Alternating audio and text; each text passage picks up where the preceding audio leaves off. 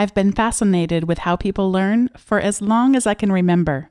That makes it all that much more special to get to talk with the UCLA Distinguished Professor of Psychology today, Dr. Robert Bjork, about using cognitive psychology to enhance learning.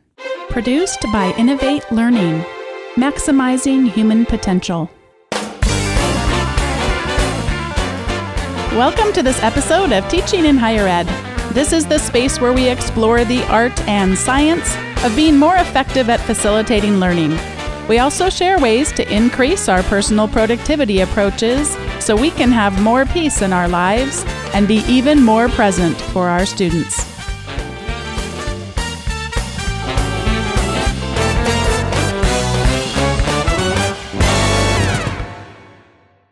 I am absolutely thrilled, as I mentioned up top, to be welcoming Dr. Robert Bjork to the show. He is the Distinguished Research Professor in the Department of Psychology at the University of California, Los Angeles.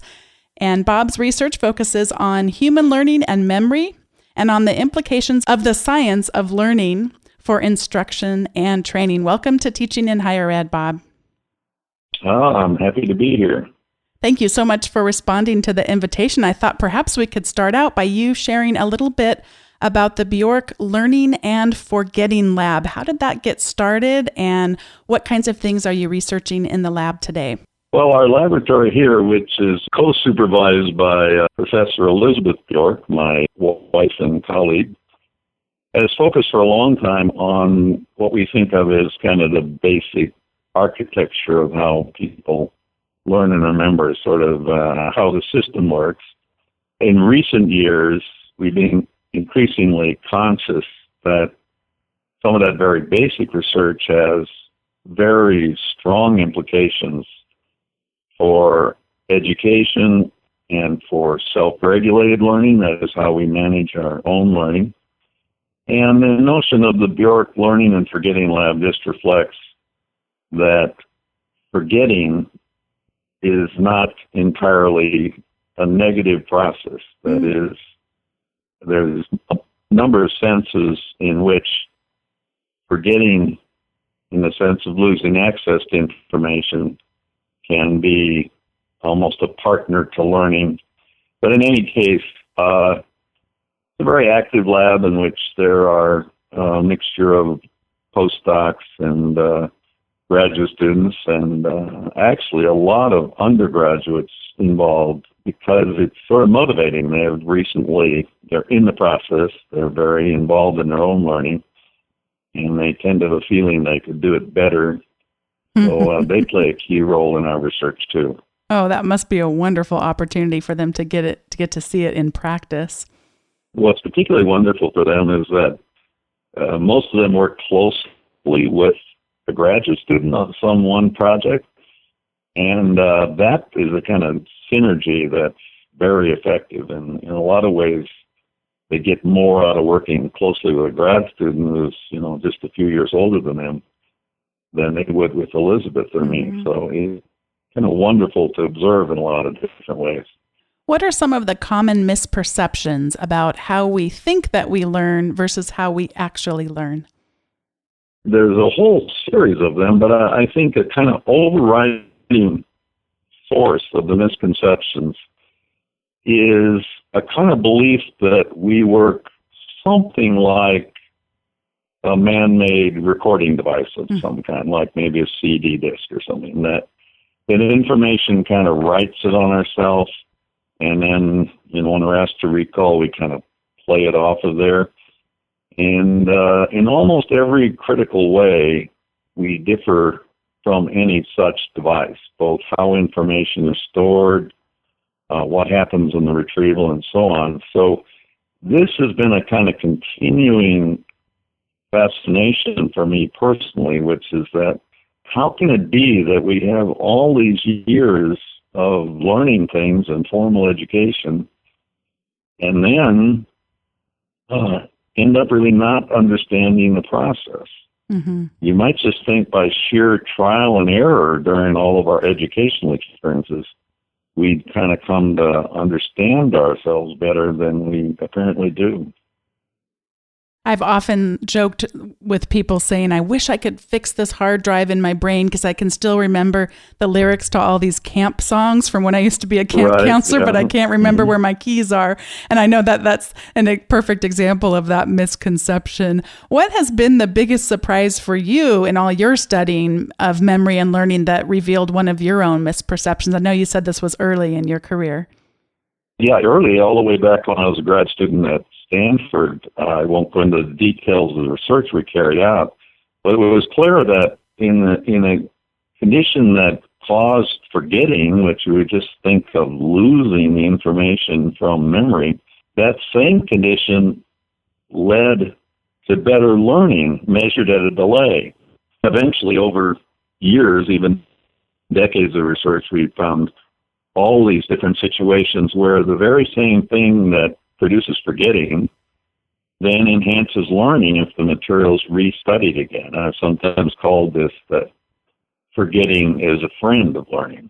And so if we delay restudying some information, we'll forget more before we restudy, but then that will enhance greatly the effectiveness of the relearning. That's sometimes called the spacing effect, a very robust thing. If you study something twice, either right in a row, or you study it once, go on and do other things, and come back and study it, it's in that second case that you have much better long-term memory.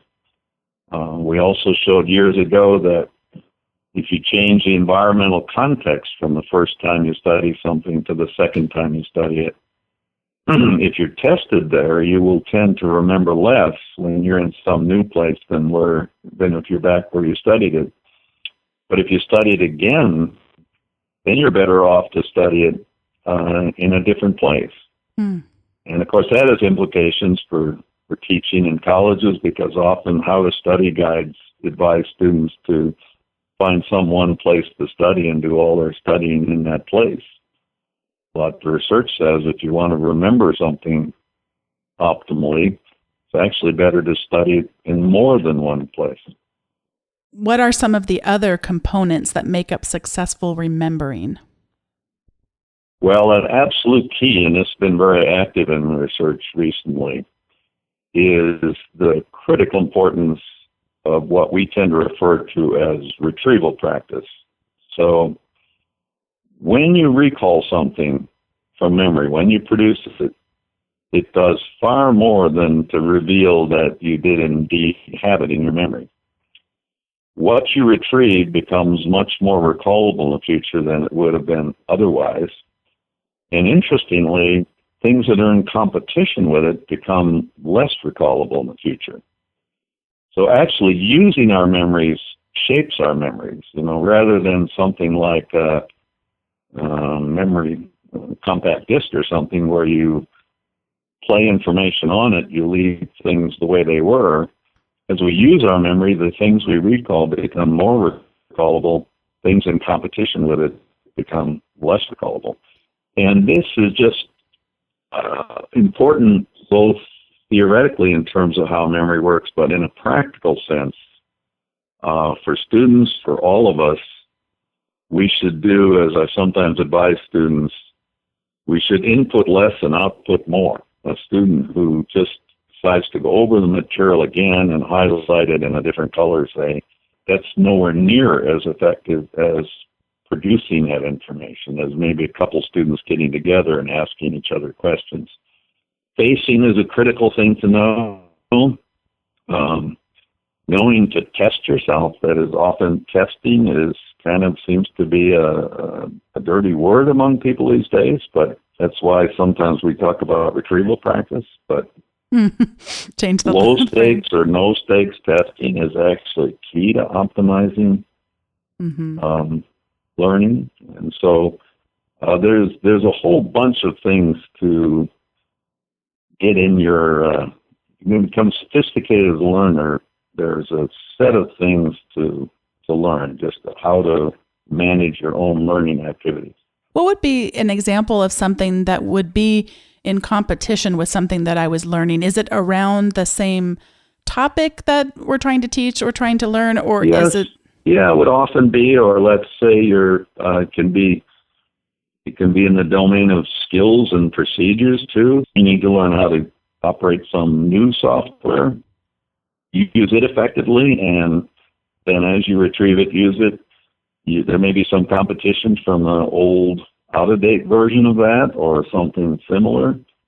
Often in our lives, let's say you're a student or whatever, and you go across the country to go to school somewhere else. Now all of a sudden there's all these new names to learn, names of streets, and new phone numbers, other numbers, names of buildings, and as you use those new things, they gradually become accessible, and the things that are now kind of out-of-date numbers and addresses and all of that become inaccessible. It's a critical thing that when I say they become inaccessible, they are absolutely not gone. So another key way we differ from anything like a memory in a computer is in that case where we update some information, it's like writing over it or something. In the case of human memory, what happens is the out-of-date information remains in memory but becomes inaccessible. It then doesn't interfere with recalling current information, but if it's necessary to relearn it, it's relearned at a greatly accelerated rate. It's reminding me a little bit, I used to, back in the days when I was in the business world, I used to coach executives on presentation skills and also trainers on presentation skills. And if they had issues with filler words like etc., we could use a service bell, a hotel service bell. And if you'd ring that bell while they were saying the it was conditioning, and eventually it actually only took about 15 minutes for the ums to practically go away entirely. And then if you reinforced it at some point in the future, it was gone and it stuck. That's a good example because, and in fact, you talk about reinforcing the future. That is often necessary because things will come back. But then if they're again sort of suppressed, then it becomes somewhat more permanent. I had to warn them, though, that you're going to find all your skills in presenting. If you've got great inflection or you're really good with hand gestures or whatever your strengths are, those are going to go away for a little while because your brain is going to be so overwhelmed by this new horrible punishment of the bell, but it will come back. But we have to just give some room. Yeah, that's a very good point. Absolutely right. I mean, for a while, the monitoring of that could lead to a kind of paralysis. What is interleaving and how is it important to the learning process? Interleaving is something we're probably doing more work on our laboratory right now than any other one topic. And what it refers to is that in all those real-world situations where there's several related tasks to be learned or several components of some task to be learned, the tendency is to provide instruction or have people practice in what we refer to a blocked fashion. I mean, it seems to make sense to people to sort of work on one thing at a time. We're now finding for a constant amount of practice, interleaving the separate things to be learned leads to much better long-term retention. It slows the gain in performance during the training process, but then leads to much better long-term performance. And this was first showed actually in a number of experiments on skills. It would be studies like you're learning to play tennis, and if you go somewhere now to learn to play tennis, what you will tend to get is blocked instruction. That is, the instructor will work often with a machine or whatever, will work on your forehand, and then they'll have you practice a backhand, and then they'll have you practice the serve, and they will block the practice, which again only seems to make sense. But it turns out for the same number of practice, if you kind of jump around almost randomly between practicing a forehand, a backhand, a serve, you will appear to be making slower progress but then your long-term performance and retention will be better. And this has been shown with many different skills. And then more recently, we've been shown that it's true for kind of verbal conceptual tasks as well. In one, just to give you a brief illustration, a study that got a lot of attention, we had people learn the styles of different painters from examples of their paintings. They studied paintings by 12 different artists, 6 paintings by each artist, and then the test later was when they saw a new painting, they had to say which of those artists painted this new painting. And this is a painting they've never seen before, this new one? Never seen, and that's crucial because this is sometimes called inductive or conceptual learning. You're trying to transfer what you learned to a new thing. Who painted this new painting? Many things are like that in actual real world of education and expertise. There's medical people will have to say, they've never seen this particular skin lesion before, but they have to classify it. Yeah. But in any case, what was so important about that was not just that the interleaving the paintings by different artists was better than showing one painter's 6 paintings right in a row. But the reason it got so much attention is at the end of the experiment, we asked people, what helped you learn better? To have the paintings interleaved or blocked. And the very same people who had just performed better substantially with interleaving were almost uniformly said that blocking helped them learn better. Mm. And then that's just done with paintings, but since then, studies have been done, people learning families of birds, butterflies, women's voices, a whole variety of things. And again, interleaving tends to enhance this kind of inductive learning, but people's subjective experience is quite the opposite. I have this sense that this is about to tie into our next topic, but you'll have to correct me if I'm wrong. Does this tie into us not liking to have difficulty in our learning, but actually it's helping us? Am I on the right track here? You are exactly on the right track. So almost 21 years ago that I coined this term desirable difficulties. And that refers to a set of the conditions of learning where something like spacing, interleaving, testing rather than presenting looks like it's creating difficulties and impairing learning, creating challenges. If you're measuring different things, it looks like it's slowing down learning. But then it produces better long-term retention and transfer. They're difficulties in the sense that they pose challenges, increase frequency of errors, and so on.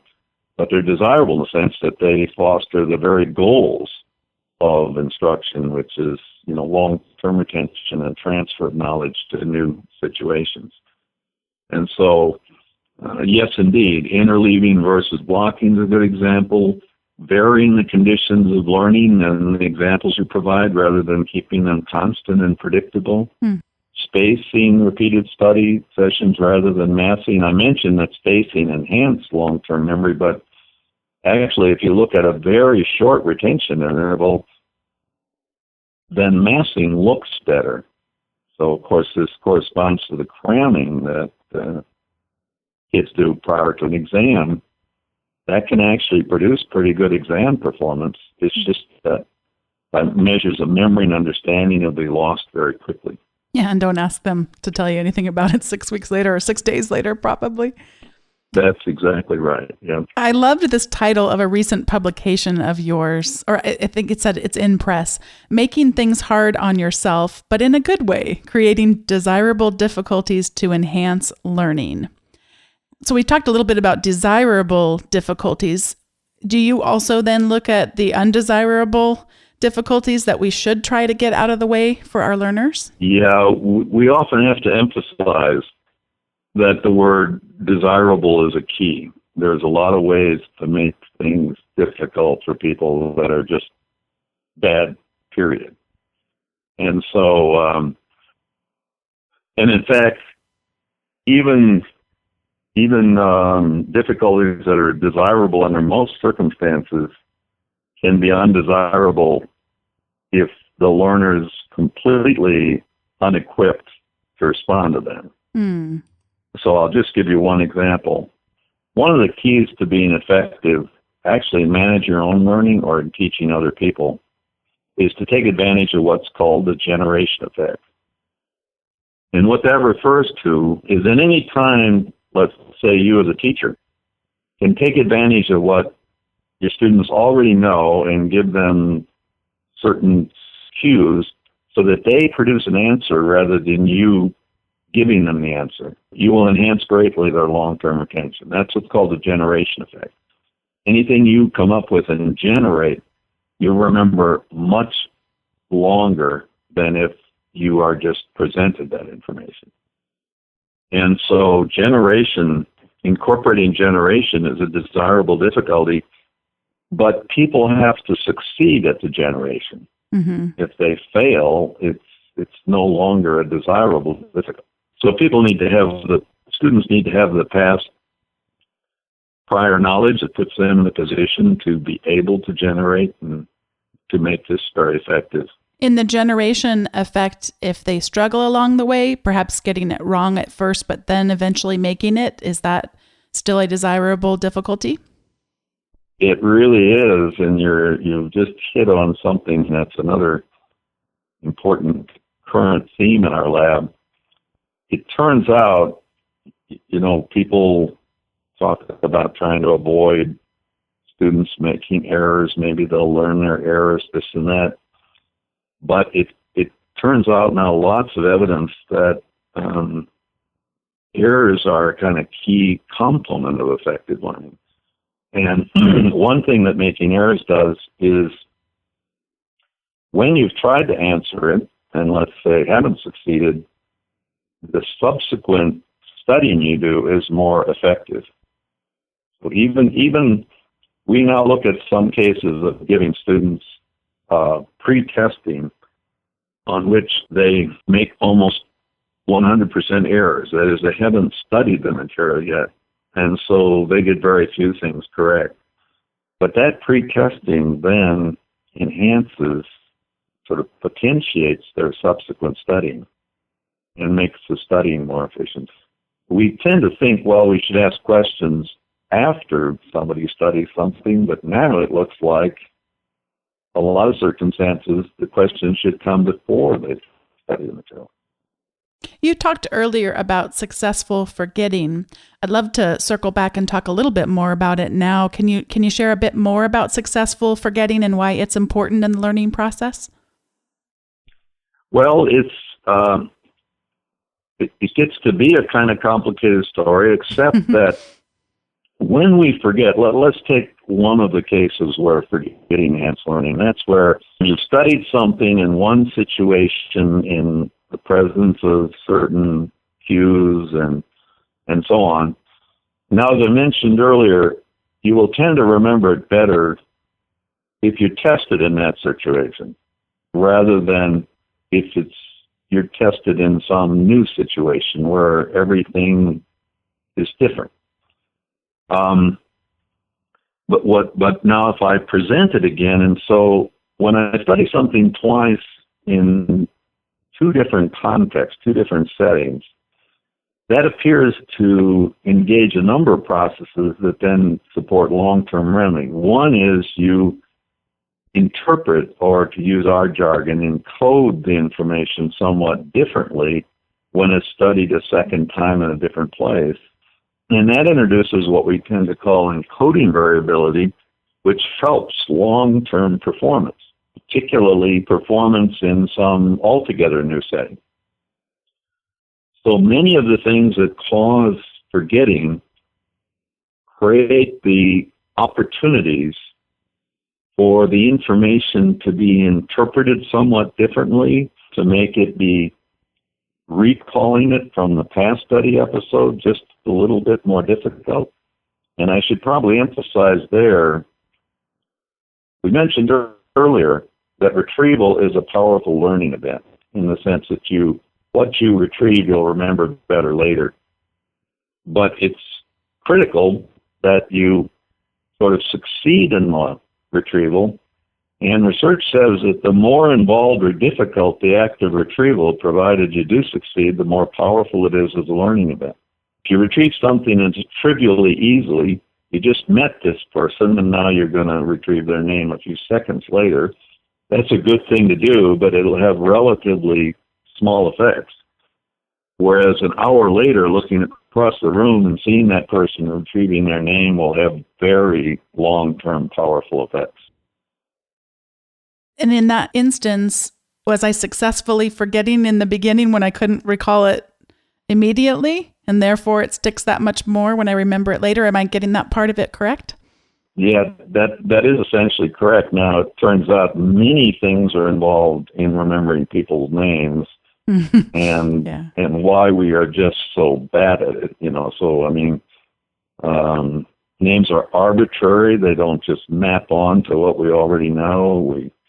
We get presented people's names under sort of often extreme time-sharing kind of circumstances. We're giving our own name or introducing a friend, so it's a poor circumstance for encoding. Basically, we tend not to practice that retrieval very much. People who are good at names do that. They're clear about how a name is pronounced, how a name is spelled. It's its own skill. Sometimes people think, well, people are good at remembering names, it just sort of sticks in their brain and they don't stick in ours, and that couldn't be further from the truth. It's the activities that you carry out. And I will say that this is another broad conclusion from the research that we've done now over decades, which is there's such a tendency for people to think that the differences between individuals and how well they do on a later test or how well they remember names or whatever it is, that reflects just innate differences in their brain. Really, the overwhelming evidence is what it reflects is the processes and activities carried out. And the key is for us all to learn how to learn more effectively. It's not just that in some domain, if we just find the right area, that learning will be effortless and easy. It's not that way. Yeah. That brings me to my last question of this segment. Would you describe self-regulated learning and how it's important to the learning process? Well, that's been another key thing in terms of recent research, which is that as a consequence of our complex and rapidly changing world, and also changes in technology and educational environments, more and more learning is happening outside of any formal classroom setting. It's in our own hands, so to speak. And not just during the years of formal education, but also more and more across the lifetime. People in their jobs need to learn new procedures, need to be retrained, maybe even in our hobbies and avocations across our lifetime in terms of learning about bird watching or whatever it is. And this learning is in our own hand, and in that sense is self-regulated. You can make an argument that it's always been important to know how to learn, but probably never more important right now to know how to learn effectively. The other thing that makes it important is people's intuitions are often just wrong. So there's a lot to learn about how to learn. Now we're going to shift over then to the recommendations segment. And if people are like me and would love to learn more from you, there's a wonderful set of videos on YouTube from Go Cognitive, and I'll put a link to that in the show notes. These are just little bite-sized 5 to 6 minute videos of Bob sharing about a lot of the topics that he and I have talked about today, about interleaving, about memory and learning, about the positive aspects of forgetting, the cramming, looking better, and just lots. I think there are probably a collection of maybe 15 of them up there. And it looked like some other good videos from experts in the field too. So I would just encourage people to check out that link if you want to learn more. I was enjoying going on that rabbit trail while I should have been grading and just going through and watching all those videos. Oh, that's funny. And what do you have? There's a fair number of things. I think we put some on our website too that are interviews. What would you like to recommend to people that are listening today on teaching in higher ed? one thing is, you mentioned that little article we wrote about making things hard on yourself. That is the one article that Elizabeth and I addressed to students. Most of the articles that we're writing are in professional journals and not easy to understand often and so on. So that particular article is a little different from other things we've written. I will say, too, that right now, for almost the first time, there are several really good books written for a more general audience on the research on learning, on cognitive science, its relevance to self-regulated learning and education. One of those is by three of our colleagues who are at Washington University in St. Louis. It's called Make It Stick, The Science of Successful Learning. And that is a very good book because it takes the kind of research we've been talking about and gives examples of it in terms of people's real lives. And another one we kind of collaborated with or helped a New York Times reporter, Benedict Carey, get very interested in this domain. And that book is also out, too. It's called How We Learn, and I forget what's after the colon. But that is, too, a really good book where he tries to relate these things to his own life. And then one even newer one's written by a teacher who's been a teacher and administrator in the United Kingdom, David Didow, and it's titled, What If Everything You Knew About Education Was Wrong? And I wrote a preface to that book. So that there's three, this is kind of a unique time in that respect, three very accessible, very readable books that talk about sort of the cognitive science of learning. Oh, those sound like wonderful resources, and I'll be able to link to each one of those in the show notes so people can follow up and take even more of this and put it into practice. I just want to thank you once again for being on the episode. It was really an honor to have you respond to the invitation. I'm so excited for people to get to listen and get to learn from you. Oh, it was fun. It was fun to talk to you. Thanks to all of you for listening to this episode of Teaching in Higher Ed. As always, if you have suggestions for the show, I encourage you to go and visit teachinginhighered.com/feedback. And I also, this is coming, encourage you to subscribe to the Teaching in Higher Ed weekly update. And by doing that, once a week, you'll get an email that has two things in it. One is all of the show notes and all the links that we talked about on the show, and an article included on either teaching or productivity.